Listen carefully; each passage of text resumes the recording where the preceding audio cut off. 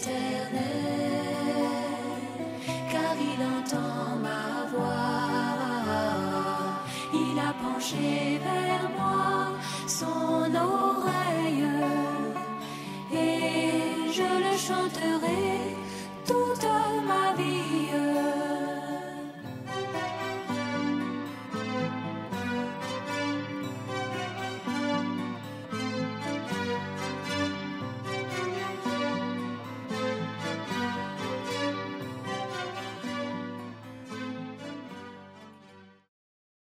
Dieu, que le nom du Seigneur soit loué,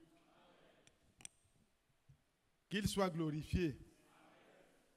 Il y a un seul qui mérite d'être loué, c'est le Seigneur Jésus-Christ.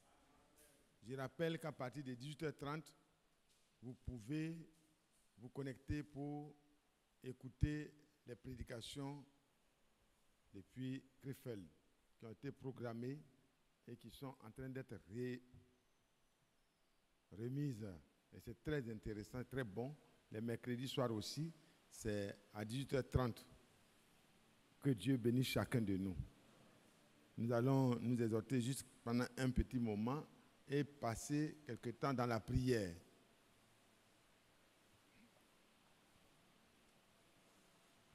On va se lever pour faire la lecture. C'est des choses, comme l'apôtre Pierre le disait, des choses que vous connaissez déjà. On ne peut que lire quelques portions de l'Écriture, s'exhorter et se mettre à la disposition du Seigneur dans la prière. Ce n'est pas des choses nouvelles, nous n'en aurons pas, on n'en a pas besoin, mais ce qui est déjà là est suffisant. On va lire dans Luc au chapitre 8, s'il vous plaît. Luc au chapitre 8.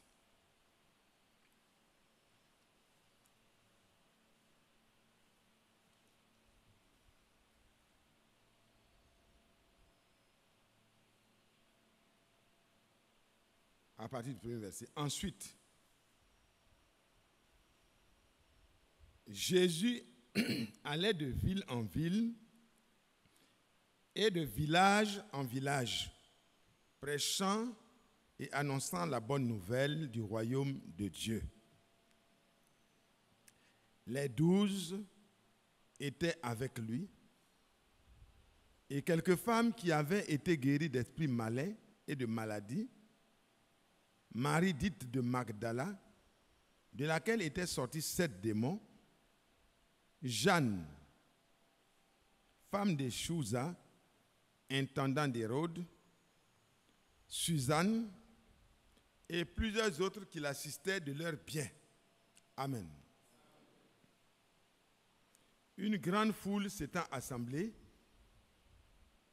et des gens étant venus de diverses villes auprès de lui, il dit cette parabole. Un semeur sortit pour semer sa semence. Comme il semait, une partie de la semence tomba le long du chemin. Elle fut foulée aux pieds et les oiseaux du ciel la mangèrent.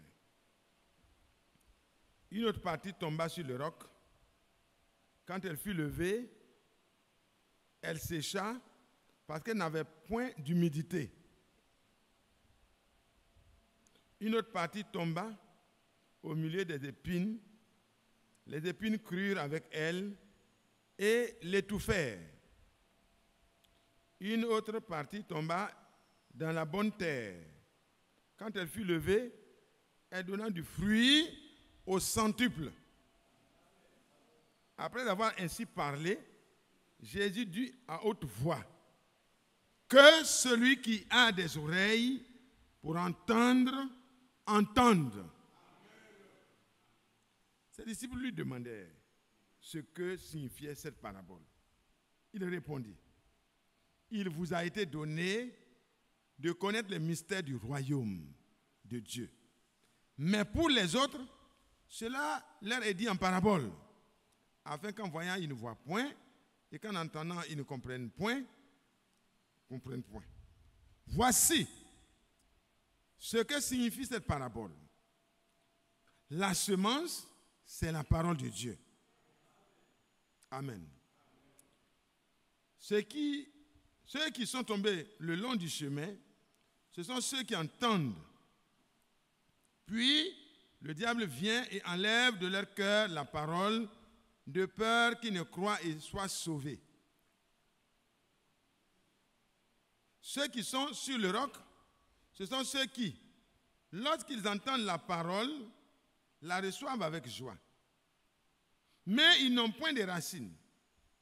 Ils croient pour un temps et ils succombent au moment de la tentation.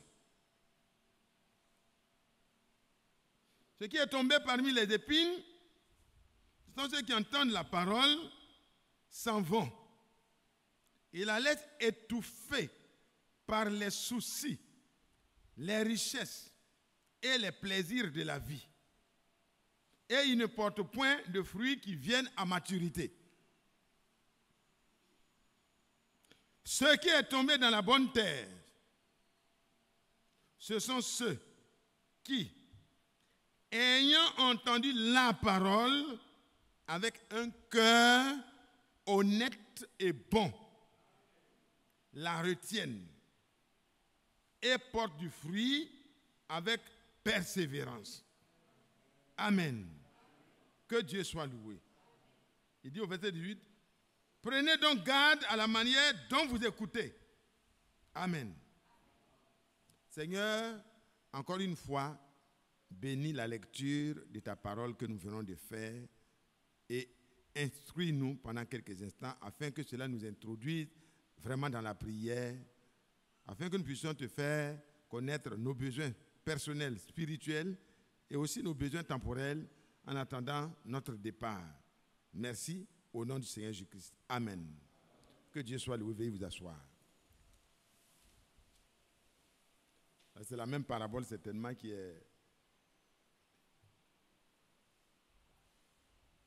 a été retracée par l'évangéliste dans le livre de Matthieu. Donc, c'est la parabole du semeur. Ici, mes bien-aimés, on n'a pas besoin d'explications particulières. C'est le verset 15 qui va beaucoup être l'objet de notre méditation. Le Seigneur a dit, un semeur sortit pour semer. Verset 5. Pour semer sa semence. Comme il semait, c'est la même qualité de semence. C'est la même qualité de semence.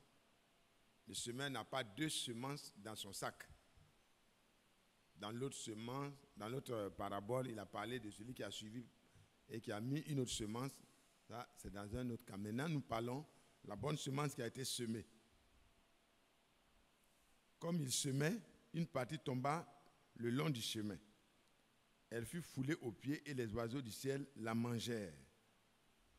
Et au verset 12, il dit, ceux qui sont le long du chemin, ce sont ceux qui entendent. Ils sont à l'église. Ils viennent aux réunions de prière. Ils méditent. La semence de la parole de Dieu, ils l'entendent. Parce que frère, c'est le temps du bilan. C'est le temps vraiment du bilan. Chacun doit vraiment, comme il est écrit dans 2 Corinthiens 13, verset 5, nous devons nous éprouver nous-mêmes. Nous devons voir qui nous sommes. Le frère Franck parlait dans une prédication récente que nous avons écoutée récemment, je vais dire, que plusieurs sont assis depuis de longues années dans l'église, ils écoutent la vraie parole, mais ils se demandent quelle expérience ils ont pu faire. Je paraphrase. C'est comme s'il n'y a pas de changement dans les sentiments, dans le comportement, dans ce qu'on produit comme fruit, on ne voit rien. Chacun de nous doit vraiment prendre au sérieux. L'enlèvement là, c'est plus loin. Nous ne sommes vraiment pas loin de l'enlèvement. Et le serviteur fidèle et prudent qui a été commis par le Seigneur pour apporter cette parole jusqu'aux extrémités de la terre, avec aussi les autres serviteurs qui servent de relais partout, alors il nous dit à tout moment que nous sommes à la fin de la fin des temps. C'est-à-dire que c'est vraiment le moment où chacun de nous, mettant de côté, pas négligent, mettant de côté ce qu'on peut dire de lui.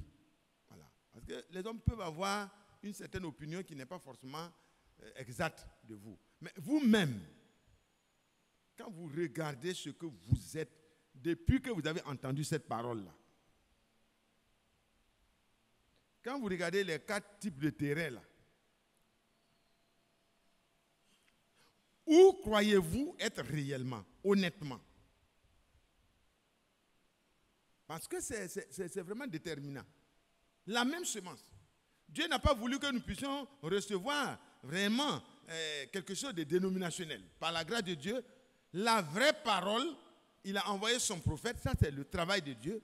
La rédemption, c'est le travail de Dieu. La parole qu'il nous a apportée, c'est le travail de Dieu. Dieu le fait. Il a envoyé non seulement le prophète pour le rétablissement de tout, pour que tout soit rétabli comme au commencement. Il a promis, dans Malachie 4, on lit ça avec joie, versets 5 à 6. Il a encore répété dans Matthieu 17, verset 11. Il est vrai qu'il vient et rétablira toutes choses. Ça, c'est bon, on sait tout ça. Et effectivement, nous sommes ceux à qui Dieu a fait grâce pour comprendre que la parole de Dieu a été rétablie. Elle a été rétablie pour que nous soyons éclairés et que nous puissions recevoir dans notre cœur la semence de la vraie parole. Mais sur quel terrain cette semence de la parole aboutit-elle en moi et en toi?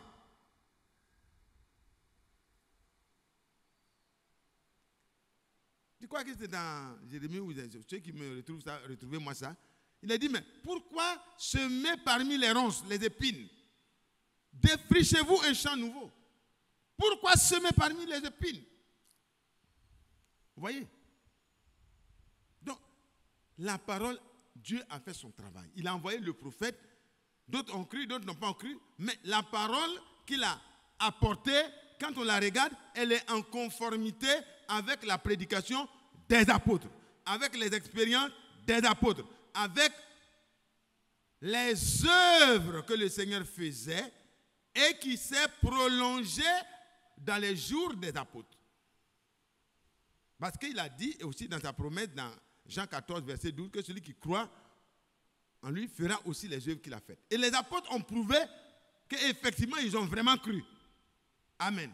Et leur enseignement, comme nous le lisons dans Marc 16, à la fin, il a dit que le Seigneur travaillait lui-même avec eux et confirmait la parole qu'il prêchait par les signes et les prodiges qui accompagnaient la prédication de la parole. Afin que nous soyons assurés que ce qui a été ramené là est conforme, nous les comparons au temps des apôtres. Dieu a confirmé le ministère de cet homme par les signes, les prodiges et les miracles qu'on n'a jamais vus. Et T.L. Osborne pouvait dire dans son témoignage que Dieu l'a fait pour s'assurer que notre génération ne pourra pas témoigner qu'elle n'a pas reçu. Pour s'assurer que nous avons entendu ce que Dieu voulait nous faire entendre. Les miracles, c'était au temps de l'évangélisation.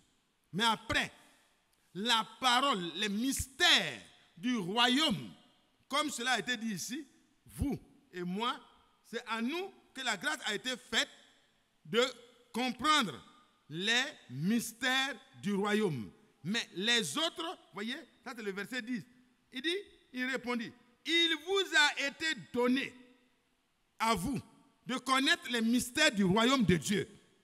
Mais pour les autres, cela leur est dit en parabole. Pour d'autres déjà, même quand vous lisez Matthieu 28, verset 18, 19, c'est toujours pour plusieurs une parabole. Ils ne comprennent pas encore le sens. Parce qu'ils ne peuvent pas ramener ça à ce que les apôtres ont expérimenté et enseigné. Donc, ça reste des mystères pour eux encore. La divinité du Seigneur, quand il voit 3 personnes. Mais à vous et moi, Dieu a révélé que Christ est le mystère de Dieu. Amen. Et ça sera révélé aussi aux Juifs bientôt. Mais frères, les mystères qui concernent toutes ces doctrines difficiles à comprendre, le Seigneur, par le ministère de ce prophète, nous a dévoilé ces choses. À vous et moi, Dieu a fait grâce de comprendre les choses qui sont mystérieuses dans le royaume de Dieu, afin qu'il n'y ait plus de mystère pour vous et moi. Il dit, le serviteur, il ne connaît pas ce que son maître fait. Il dit, mais vous n'êtes plus serviteur, vous êtes mes amis, parce que je vous révèle les choses que je fais. Alléluia. Frères et sœurs, examinons-nous.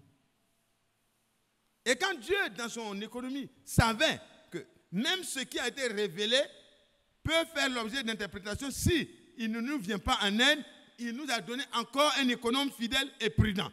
Un serviteur fidèle et prudent, sage et fidèle. Alléluia. Pour que nous ayons la plénitude de la révélation sans qu'on ait encore besoin de se constituer en docteur pour expliquer quoi que ce soit.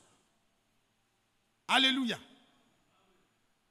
Afin que la semence de la parole de Dieu, telle qu'elle a été prêchée au commencement, de la bouche de Dieu et de ses apôtres par le Saint-Esprit, que la même parole puisse être déposée dans le cœur de tous ceux dans lesquels l'ensemencement va se faire dans ces temps où nous sommes.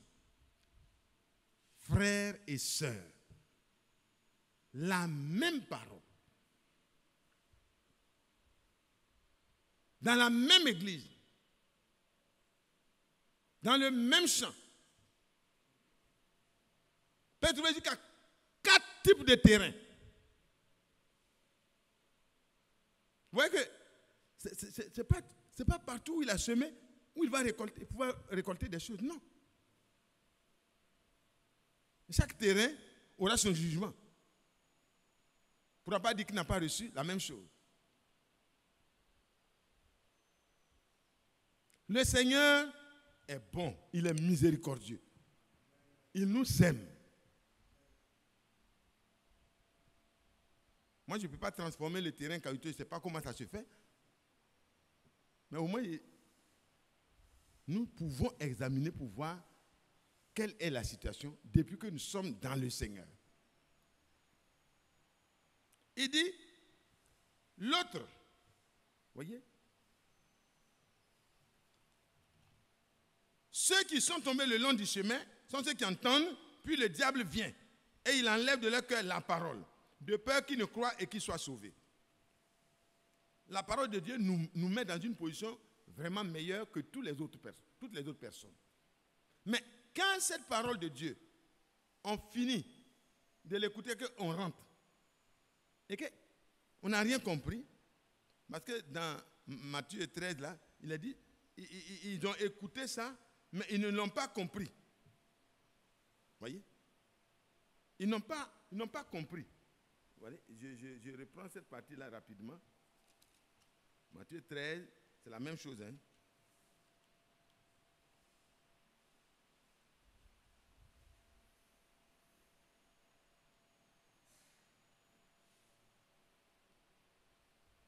Voilà.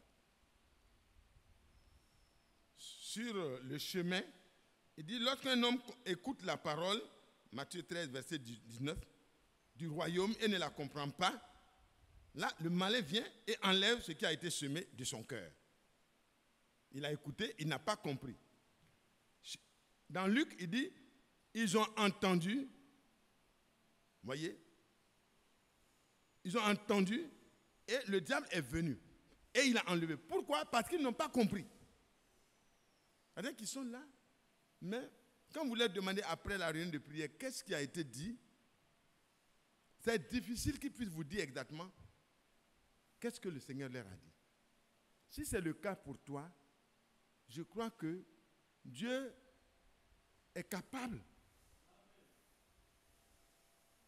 Dieu est capable. Je ne sais pas comment ça va se faire, mais déjà, quand je lis qu'il peut enlever le cœur de pierre et peut remplacer ça par un cœur de chair, si quelqu'un est dans un état d'alerte et qui peut demander au Seigneur, secours-moi, tout peut changer. Tout peut changer. Parce que la définition du terrain, du bon terrain, il a dit que c'est un cœur honnête. Amen. C'est un cœur qui est honnête et bon. C'est Dieu qui peut nous apprendre à reconnaître nos erreurs, à reconnaître ce que nous sommes, à être honnête vis-à-vis de Dieu et vis-à-vis de nous-mêmes, afin que la parole de Dieu ait son effet.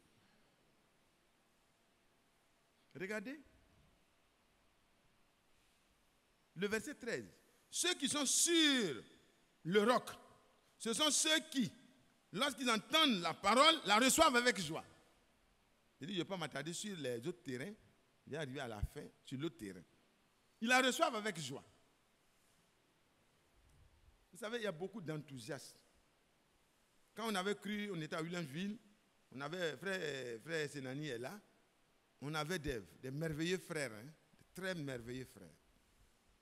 Ah non. Ils connaissent vraiment la parole. Ils parlent beaucoup de la parole.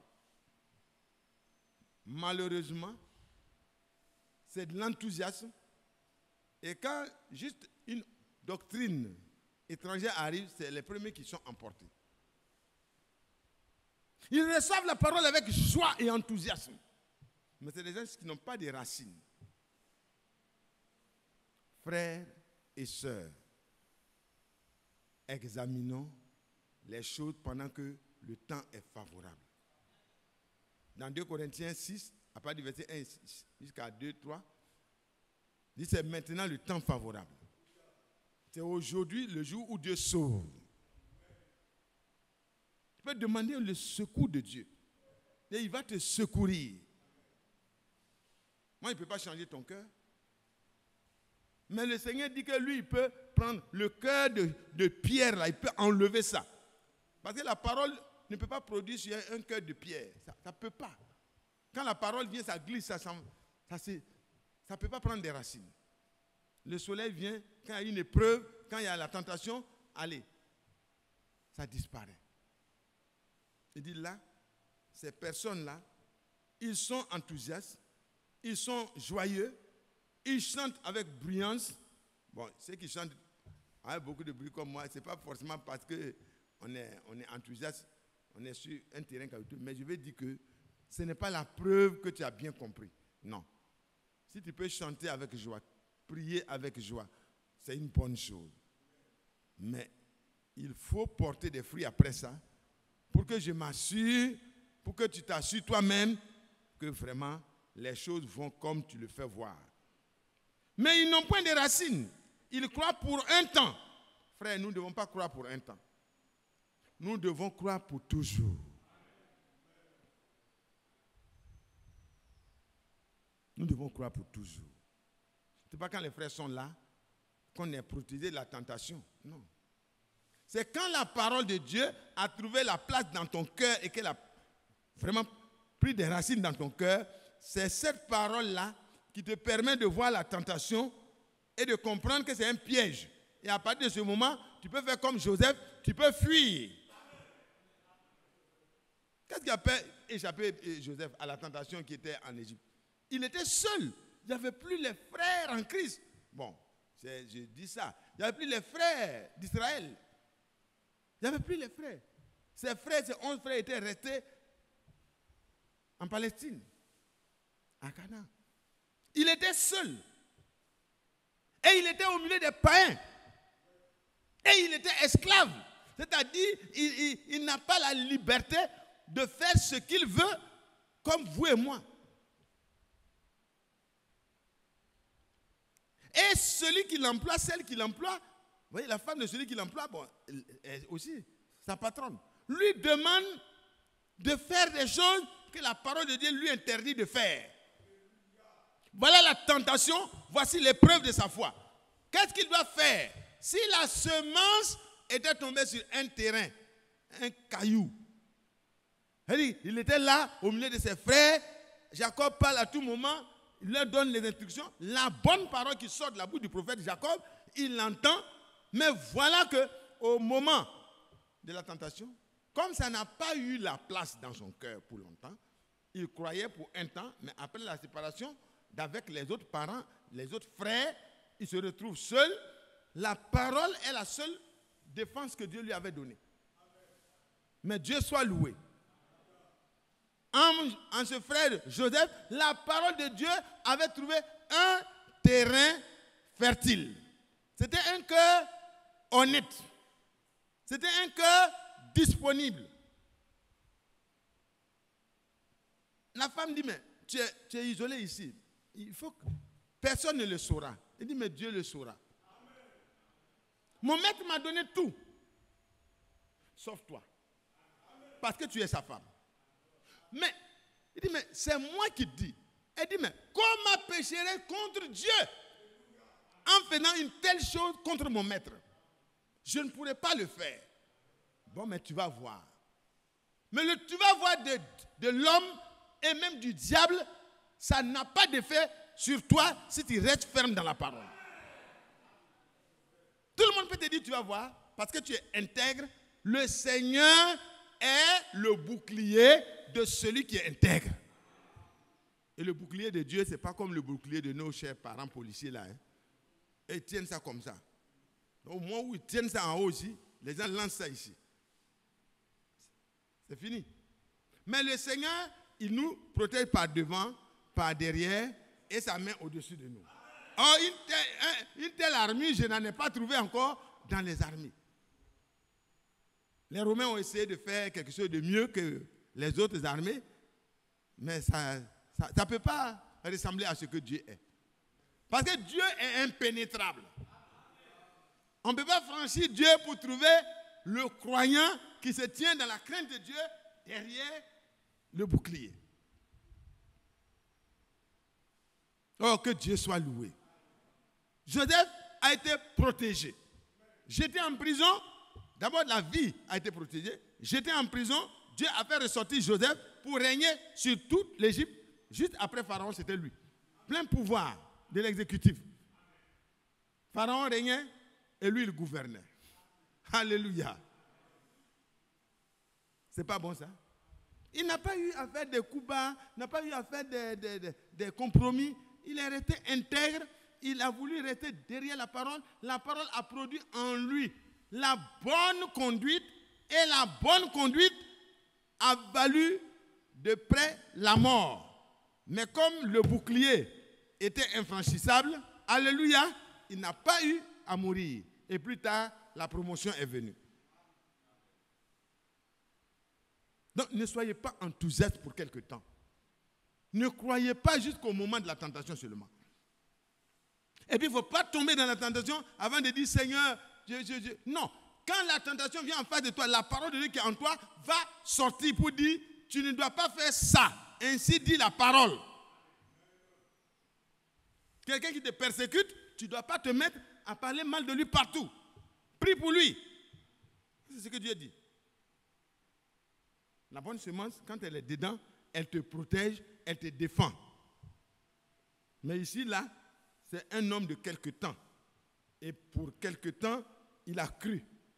En fait, si la tentation était venue directement après le culte, peut-être que ça allait marcher. Est-ce que vous comprenez?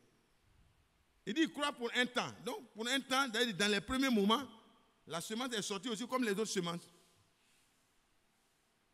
Donc, faites attention, frère.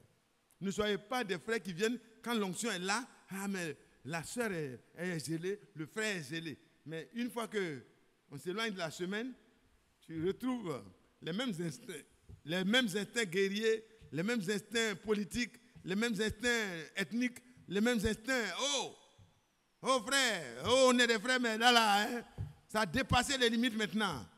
Il faut qu'on règle ça. Non, ne faites pas ça, frère. Ne soyons pas comme ça. Joseph était coupé de sa source pendant de longues années. Et c'est là, pendant qu'il prospérait, tout allait bien, c'est là que la tentation est venue se planter en face et de la manière la plus dangereuse. Soit tu fais et tu as des promotions, tu ne fais pas et tu peux avoir la mort. Mais la parole de Dieu donne aux croyants la possibilité d'être dans la meilleure défense. Non seulement il a été protégé, mais il a attaqué l'ennemi sur son terrain.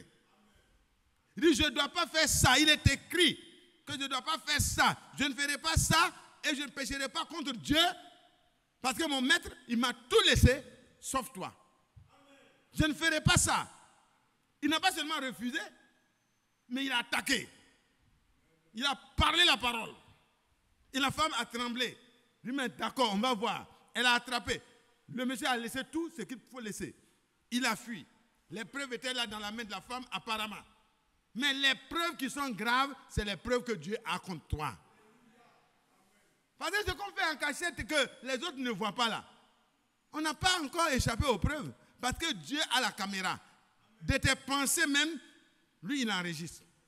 Jusqu'aux actes. Craignons Dieu, ne craignons pas les hommes. Respectons les hommes, honorons ceux qui sont honorables, respectons les autres, mais craignons Dieu. La crainte des hommes tend un piège.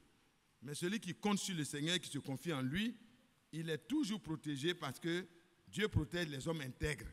Il est leur bouclier. Nous continuons.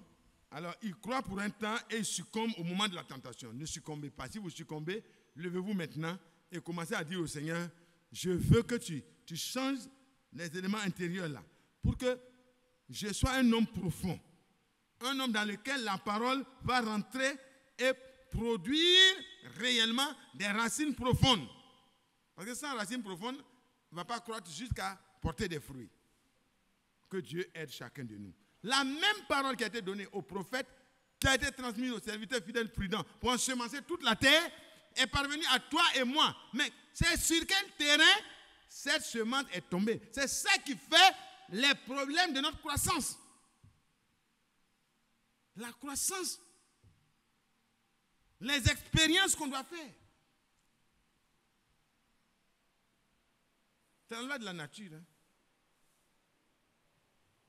Dieu est Dieu. Verset 14. Ceux qui est tombé parmi les épines, ce sont ceux qui, ayant entendu la parole, s'en vont et la laissent étouffer par les soucis de la vie. Dans Matthieu 13, voilà ce qui est dit de ces personnes-là. Parmi les épines, celui qui entend la parole, mais en qui les soucis du siècle présent, la séduction des richesses, étouffe cette parole et la rendent infructueuse. Ils reçoivent, ils acceptent. Ça pousse des bonnes racines en bas. Parce qu'il y a une bonne terre, ça va. Il a reçu ça vraiment honnêtement. Amen. La terre est bonne. Comme sur la dernière terre.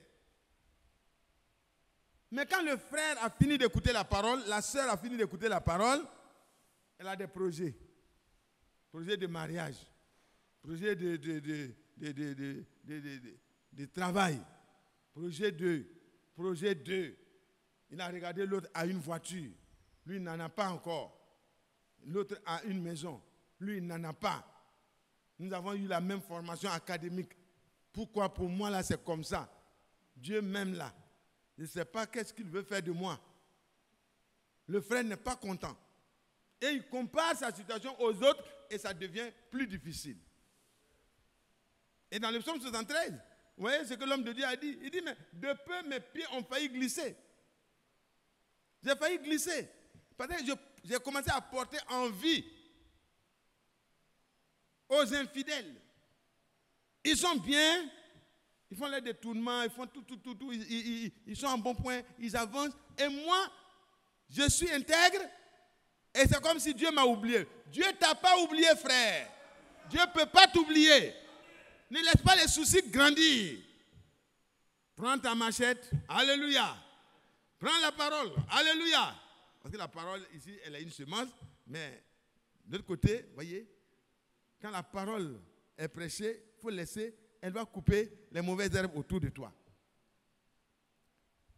les bons planteurs ne savons pas planter au milieu de la forêt dense. Non. Ils coupent les arbres qui n'ont pas vraiment le même objectif. Amen. Ils enlèvent même les racines de ces arbres-là. Parce qu'il ne faut pas que les rejetons de ces arbres poussent encore. Et quand ils finissent de dessoucher tout, ils sèment la bonne semence qu'ils veulent voir à la fin. Et quand ils sèment, ils veillent pour que s'il y a des choses qui veulent croître autour, ils puissent enlever pour que rien n'étouffe. Donc frères et sœurs, si vous avez des problèmes, le Seigneur dit, venez et déchargez-vous sur lui de tous vos soucis. Les soucis. Il dit, par quelle inquiétude vous pouvez changer la situation? Lequel, par ses inquiétudes, par ses soucis, peut changer quelque chose dans sa vie ou donner encore une longueur d'une coudée à sa vie? Parce que souvent, c'est les soucis qui nous amènent les maladies cardiovasculaires et beaucoup de choses. Je vous demande pardon, mes chers frères. Nous avons reçu la bonne parole. Le Seigneur nous a promis le royaume. Nous sommes en route pour le royaume. Nous aurons des maisons que nous ne payerons pas. Alléluia. Et ce n'est pas n'importe quelle maison. Ce n'est pas dans les cités où il y a l'inondation, il y a parfois des problèmes de courant, des problèmes d'évacuation d'eau. Non. Parfois même les choses qu'on ne doit pas voir là, ça sort. Et puis ça rentre dans la cité. Ça, c'est nos cités. Mais la cité que le Seigneur a préparée pour toi et moi, elle est une cité dans laquelle il n'y a pas de soucis. Ne te décourage pas. Tu n'as pas eu la faveur que les autres ont eue, mais Dieu sait pourquoi pour toi là c'est comme ça. Commence à lui dire merci. Dis-lui merci. Si pour la même formation que vous avez faite, l'autre il a déjà 2-3 voitures et toi tu n'as pas encore même une bicyclette, c'est pas grave. Ton Dieu, c'est à quel moment il va t'élever. Pensez à Joseph. Peut-être derrière lui, les parents qui sont arrêtés, ça va, le troupeau s'accroît, et lui, il est esclave. On le tient derrière les chameaux. S'il commence à réfléchir, si la semence n'avait pas vraiment pris de profondeur en lui, il va se demander, est-ce que les songes qu'il a vus là, est-ce que vraiment c'est Dieu? Le chemin de Dieu est différent. Il est étroit, il est difficile, il est périlleux. Mais c'est un chemin même où tu te retrouves seul. C'est pour ça qu'on chante, c'est un chemin solitaire, difficile et ténébreux. Mais, toi et moi, jusqu'au bout, nous devons le suivre. Nous devons persévérer. Ne vous découragez jamais. Parce que le Seigneur qui nous a fait la promesse et qui nous a fait sortir à bras étendus est le même qui a promis de nous conduire jusqu'à l'entrée de là où il nous a prédestinés à être. Nous serons enlevés. Mais tout dépend de là où nous recevons. On peut avoir beaucoup de connaissances de la parole. Le message de la fin des temps, moi je connais très peu. Vous-même vous connaissez très peu. Il y en a qui connaissent ça beaucoup. Ils peuvent citer au moins 20 brochures dans une prédication. C'est une très bonne chose. En tout cas, moi, je souhaiterais en avoir. Mais tout ça aura son importance lorsque, à l'intérieur de ton cœur, la parole que tu cites et que tu prêches ou que tu entends arrive à s'installer et que tu ne laisses pas les soucis venir étouffer ça. Ça va servir à quoi? De connaître beaucoup de choses et puis après, tu n'as plus le temps pour prier pour que ça s'accomplisse dans ta vie. Bon, écoutez, pour la réunion de prière, ce soir, je ne pourrai pas être là à tout moment. Hein. Réunion de travail. Réunion de quoi? Réunion de quoi? Ou bien alors, s'il n'y a pas de réunion, j'ai fait tellement de réunions dans la semaine que je suis fatigué. Le seul samedi qui me reste là, vous voulez me prendre ça aussi. Qui veut te prendre? C'est toi qui. Non, tu peux dormir. Tu peux dormir tranquille, il n'y a même pas de problème. Les soucis là, ça va étouffer la parole que tu entends. La bonne semence là. À la fin, quand le Seigneur... Parce que quand la vie chrétienne ne produit pas de fruits, toi-même, tu es autour des gens, tu es avec les gens, mais personne ne sait que tu es chrétien. Est-ce que vous ne remarquez pas ça? Les gens ne se demandent même pas, ne te posent pas la question, mais toi tu es chrétien ou tu es quoi? Non, non. Ils savent que tu es comme eux. Dans un village, le village était animé de 2 grandes religions. 2 grandes religions que vous connaissez. Je ne vais pas citer, je ne vais pas me faire des problèmes. Mais les 2 grandes religions avaient partagé le village. En tout cas, une partie croyait telle croyante, une partie croyait telle croyante. Mais les gens même se rendaient compte que toutes ces personnes-là se rencontraient dans un terrain commun. Chez les féticheurs, chez les marabouts, ils se retrouvaient ensemble. Donc ils sont à 50% pour un ou 40% pour l'autre. En tout cas, ils sont à 100% païens. 100%. C'est eux-mêmes qui ont fait le calcul. Il y a un des grands qui a dit que bon, on a évangélisé, on a pu avoir un tel pourcentage de temps en temps, mais dans le village, il y a 100% de païens. C'est-à-dire, ils viennent écouter, mais quand ils s'en vont, c'est les mêmes pratiques. Frère, ce n'est pas bon. Il faut que le croyant soit différent. Parce que si le païen, je dis qu'il ne connaît pas le Seigneur, est en train de soupirer, il est en train de gréver pour les augmentations, il est en train et c'est toi qui es devant. Oui, on n'a qu'à brûler la maison du PDG. Lui, il dort, et puis nous, on n'a même pas l'argent pour nous. Il va voir, et puis c'est le chrétien qui est devant. Il dit, waouh, ça il est bien. C'est un bon leader syndical. Puis le frère, il est très fort. Il parle bien. Autant qu'il prêche bien, autant il est fort dans le syndicalisme. Ne dis pas que c'est des prédicateurs, hein. Mais tu peux même prêcher dans ton quartier, tu peux même être prédicateur. Mais tout ça, ce n'est pas le problème. Mais qu'est-ce que la parole de Dieu a pu produire comme changement en toi? Il faut que les autres voient ça. Parce que ce qui permet aux chrétiens de porter du fruit, ce n'est pas beaucoup de paroles, mais c'est la vie de Dieu qui est en lui là, qui croit, qui arrive à fleurir et à porter du fruit et à porter des grains mûrs. Quand les gens peuvent te regarder, t'observer et eux-mêmes désirer être comme toi dans le Seigneur, ça a eu un effet. Ta vie a eu un impact. Il y a du fruit. Même si tu n'as pas pu trouver 100 convertis dans ta vie, au moins plusieurs personnes diront, c'est à cause de cette jeune fille, c'est à cause de ce jeune homme-là que moi j'ai compris qu'il y a une différence entre aller à l'église et devenir chrétien. Frères et sœurs, que les soucis ne nous étouffent pas.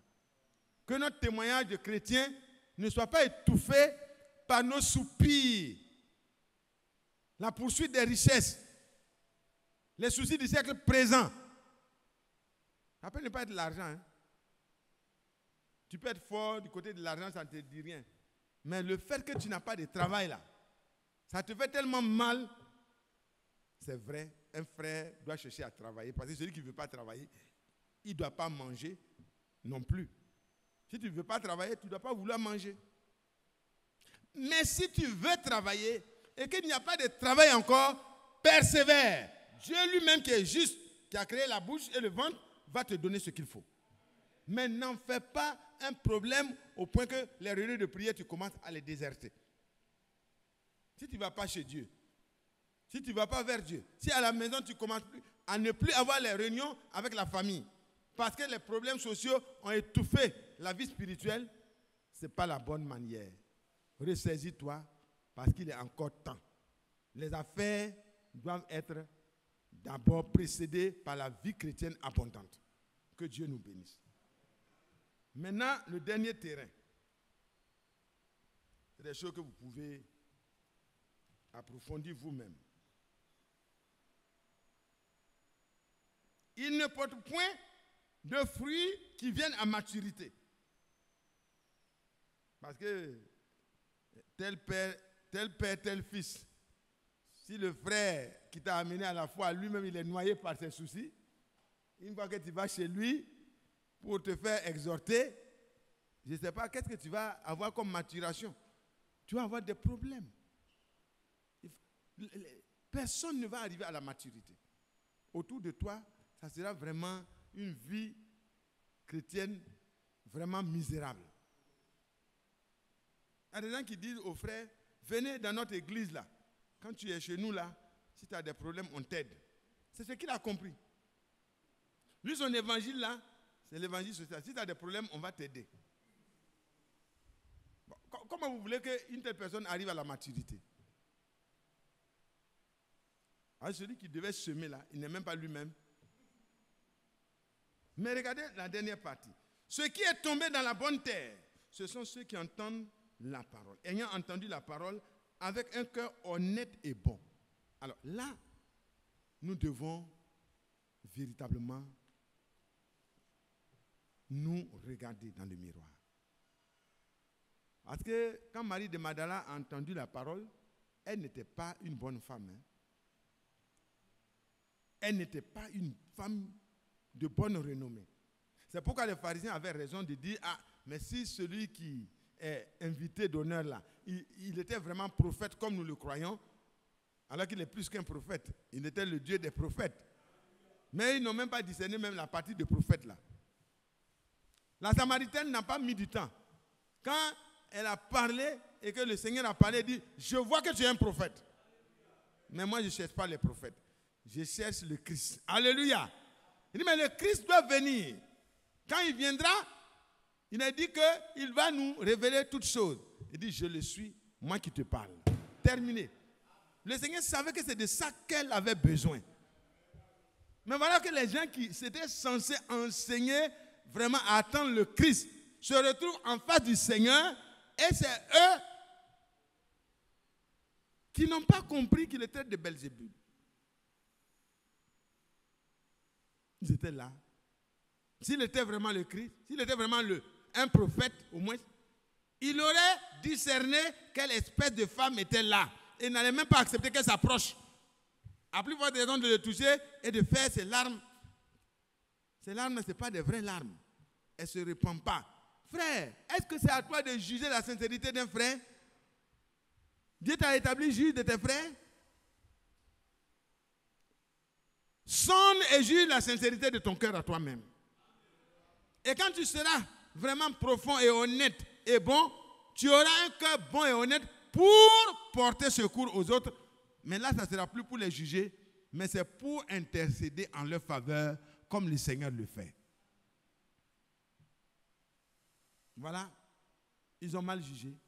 Et le Seigneur leur pose la question, il dit, mais depuis que je suis entré là, est-ce que tu m'as lavé les pieds? Non, Seigneur, je n'ai pas lavé les pieds. J'étais tellement préoccupé par ton arrivée, si j'ai oublié de te laver les pieds. Très bien. Il dit, bon, mais cette femme-là, elle n'était même pas celle qui m'a invité, mais elle m'a lavé les pieds avec ses larmes. Quand je suis entré là, tu n'as même pas versé de l'huile sur ma tête pour me soulager du voyage sous le soleil. Mais elle, c'est sur mes pieds, après avoir essuyé mes pieds boueux, parce que ces larmes ont mouillé mes pieds, la poussière s'est transformée en boue, elle a pris ses cheveux, elle a nettoyé mes pieds, comme si c'était ses cheveux qui étaient ma serviette. Elle a nettoyé ça, parce qu'elle a reconnu que c'est moi le créateur. Alléluia! Celui qui a créé les cheveux avait besoin d'être essuyé. Elle n'a pas de serviette. Elle a pris ça. Elle a essuyé. Là où tu ne m'as pas donné de l'huile sur ma tête, elle a versé son parfum donnant de grands prix. Elle a versé ça sur mes pieds. Et l'odeur a rempli le coin. Alors, et elle a pleuré. Mais le langage de cette femme était compris par Dieu. Il dit, c'est pourquoi ses nombreux péchés lui sont pardonnés. Et se tournant vers la femme, il dit, tes péchés te sont pardonnés. Va en paix.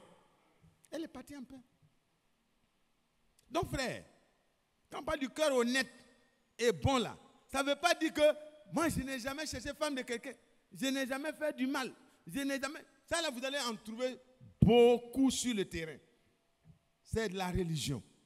Le cœur de l'homme est méchant. Il est mauvais par-dessus tout. Mais quand un homme est honnête pour reconnaître que son comportement n'est pas encore ce que Dieu veut, Dieu peut aider cette personne. L'honnêteté, c'est ça. Accepter de reconnaître ses fautes et aller au pied de celui qui peut nous changer. En un seul instant, le terrain de cette femme-là a reçu vraiment la fertilisation nécessaire et elle pouvait, peut-être le jour de la Pentecôte, je ne doute pas, je crois qu'elle était là. Elle était là. La bonne pluie est descendue en abondance sur la semence qui était dans cette femme. Et vous pouvez la voir parler en langue, prophétiser, se réjouir. Et dans la suite, quand elle est morte dans l'espérance que bientôt, elle va se relever. Et tous ceux qui ont été dans des conditions difficiles et qui sont venus avec des cœurs honnêtes et bons, ils ont été changés. Parce que la parole a le pouvoir de transformer. La parole de Dieu, quand elle est reçue, vous le savez, dans Jean au chapitre 1, le verset 13, il est dit que quand la parole de Dieu est acceptée, qu'est-ce qu'elle fait? Elle a le pouvoir, elle nous donne le pouvoir de devenir enfants de Dieu. C'est la parole de Dieu seulement. C'est pourquoi Dieu a jugé bon de restaurer cette parole-là, pour qu'on ne reçoive pas n'importe quelle semence, mais qu'on reçoive la même semence qui a été ensemencée au temps des apôtres. Mais sur quel terrain? C'est le résumé. Sur quel terrain? Frère Michel, tu peux te rapprocher. Nous avons le message de l'heure. Dieu a dit, c'est cette parole, c'est ce message qui préparera les enfants de Dieu, qui préparera les élus que nous sommes pour la seconde venue du Seigneur. Mais comment ce message va-t-il préparer? Si ça tombe sur un terrain, et puis on vient à l'église, on ne comprend rien, on retourne, on a tout oublié. Il y en a même qui viennent, même, ils n'ont même pas de carnet de notes même pour prendre un seul mot. Ils sont devenus tellement forts. Oh, c'est les mêmes choses. Les frères, nous on connaît la parole. Non, ne faites pas ça. Nous sommes les étudiants. Si un étudiant devient tellement fort qu'il n'amène plus ses documents à l'université, je pense que, frère Ali, ça va aller? Les travaux dirigés là, ça va être compliqué. Ah non. Mais monsieur, vous n'êtes pas venu avec vos éléments pour étudier. Je dis non, mais monsieur, ça fait longtemps que tu nous enseignes. J'ai ça dans ma tête. C'est pas bon, c'est pas une bonne attitude. Bon, je ne dis pas, mais en tout cas, ça coûte 200 francs. À la boutique, ça coûte 200 francs, un cahier. Vous prenez les notes. Qu'est-ce qu'on a lu? Bon, je connais ça, mais je note. À la maison, je relis. Un petit élément peut entrer encore pour s'ajouter. Que Dieu bénisse chacun de nous. Sur quel terrain as-tu reçu la parole depuis que tu es venu? Frère Franck dit, depuis longtemps vous êtes assis dans l'église, mais il n'y a pas de changement. Comment recevez-vous la parole alors? Frère, si le message de l'heure est ce qu'il faut pour préparer les élus pour le départ, sœur, pourquoi ton habillement n'a pas changé? Frère, pourquoi ton comportement n'a pas changé? Est-ce que la semence de Dieu, la parole de Dieu n'a pas le pouvoir de faire de toi un enfant de la même nature que son père? Est-ce qu'un enfant doit avoir une autre nature que son père? Non. Si on est né de Dieu, on doit avoir le même comportement. On doit pouvoir se faire grâce mutuellement. Comme Dieu nous a fait grâce en Jésus-Christ. On doit pouvoir se pardonner, s'aimer, mais se dire la vérité. Ça, c'est la nature de Dieu. Et quand les gens vont voir ça, ça va permettre à des gens qui étaient à la recherche de la vérité et de l'amour de Dieu, ils vont voir ça. Il dit, quand les gens verront cela, ça c'est Jean 13, verset 36, ils reconnaîtront, verset 34, 36, ils reconnaîtront que vous êtes mes disciples quand ils verront la vie que vous portez. Le fruit vient de la semence. La semence ne peut porter du fruit que si elle trouve un terrain qui est bon pour se reproduire.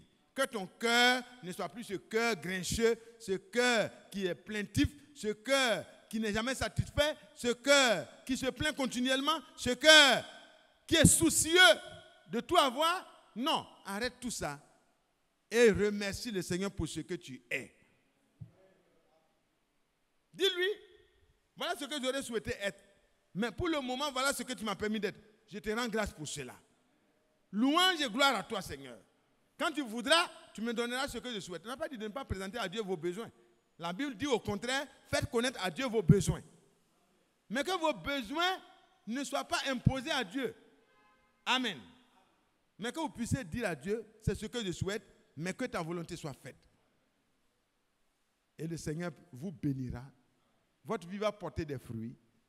Ça vaut mieux que vous ayez une vie chrétienne fructueuse, qui donne envie aux autres. Il dit, mais lui, il est pauvre, mais il est heureux. Moi, je suis riche, je suis malheureux. Mais quelle est la différence? Il va venir vers toi, le pauvre. Il va te demander, mon chauffeur, mais pourquoi tu es toujours heureux? Pourquoi tu es toujours joyeux? Patron, celui qui donne la vraie joie là, il est en moi. J'ai reçu sa semence, sa parole. Dis, ah bon, ça veut dire quoi ça? Moi aussi, je vais à l'église. Il dit, mais ce n'est pas la même chose. La preuve est que ce n'est pas la même chose. Amen. Viens et vois. Amen. Comme André l'a dit. Et la personne va venir, elle va se rendre compte que la parole de Dieu transforme le cœur et fait de celui qui la reçoit un enfant de Dieu. Et un enfant de Dieu se comportera comme son père. Dans un premier temps, il va se comporter comme un enfant. Mais quand il va grandir, il va ressembler en tout à son père. C'est pourquoi, frères et sœurs, si vous êtes déjà nés, ne laissez pas les soucis étouffer la parole. Si votre cœur est trop dur, demandez au Seigneur de changer tout. Et que la semence puisse trouver en vous un terrain profond. Et quand vous entendez la parole, pardon, prenez des notes. Et à la maison, révisez. Que la parole ne s'envole pas. Que le diable ne vienne pas emporter ça. Et que chacun de nous produise beaucoup de fruits. Frère, que Dieu te bénisse. On va prier un seul instant ensemble.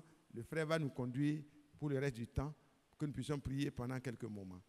Prions, remercions le Seigneur et le frère Hichet va conduire la suite.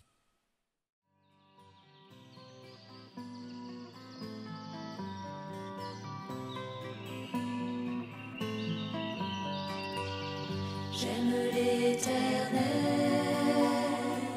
car il entend ma voix.